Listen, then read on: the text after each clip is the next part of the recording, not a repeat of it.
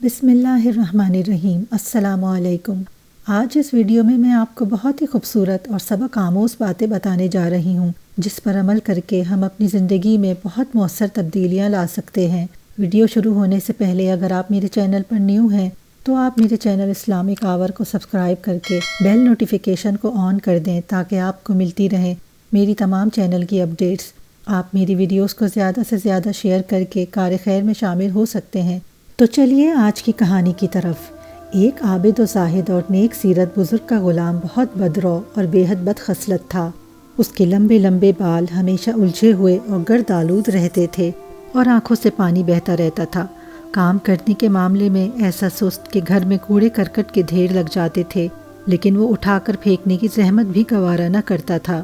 اس کے ساتھ ساتھ ایسا بد شکل تھا کہ اس کی پیشانی کی طرف نگاہ اٹھانے سے وحشت ہوتی اور وہ کسی کام کے لیے جاتا ہی نہ تھا جو لوٹ کر آتا۔ البتہ کھانے میں ایسا شیر کہ آقا کی اجازت لیے بغیر اس کے ساتھ دسترخوان پر بیٹھ جاتا تھا اور پھر کسی کو پانی پلانے کی بھی تکلیف گوارا نہ کرتا۔ ایک دن اس کے عبادت گزار مالک کا ایک خوش اخلاق دوست ملنے آیا اور اس غلام شخص کی اس حالت کا اندازہ کر کے بولا کہ نہ جانے آپ نے اس میں کون سی خوبی دیکھی ہے جو اس سے برداشت کر رہے ہیں۔ میں تو یہ مشورہ دوں گا کہ اسے فوراً فروخت کر دیجئے۔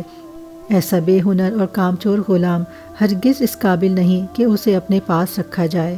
دوست کی یہ بات سن کر مرد بزرگ نے جواب میں کہا، بے شک اس کا اخلاق اور اس کی عادتیں ٹھیک نہیں ہیں، لیکن اس کی وجہ سے خود میری عادتیں درست ہوئی ہیں۔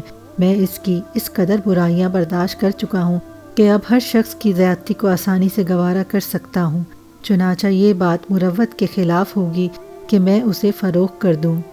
تو دوستوں، اس کہانی میں دانائی اور اخلاق عالیہ کا ایک بہت ہی اہم اصول بیان کیا گیا ہے، اور وہ ہے شر سے خیر کا پہلو نکالنا۔ یہ صرف مومن ہی کی میراث ہے جو اللہ کے نور سے معاملات کو دیکھتا ہے اور جو دانائی کی منزلوں کو عبور کرتا رہتا ہے۔ مگر ایک بد اخلاق شخص اپنی برائیوں کے برے اثرات سے آب حیات کو بھی زہر بنا دیتا ہے، اور دانا کسی حال میں بھی نقصان سے دوچار نہیں ہوتا۔ انتہائی غم اور پریشانی کی حالت میں بھی وہ کوئی ایسا پہلو تلاش کر لیتا ہے کہ اس کے دل کو سکون مل جاتا ہے۔ اللہ تعالی ہمیں بھی مومن کی سی فراست عطا فرمائے اور ہم اس عبادت گزار کی طرح اخلاق عالیہ کو اپنائیں، برداشت کرنا سیکھیں اور برے حال میں بھی مثبت سوچ کو اپنائیں۔ آمین۔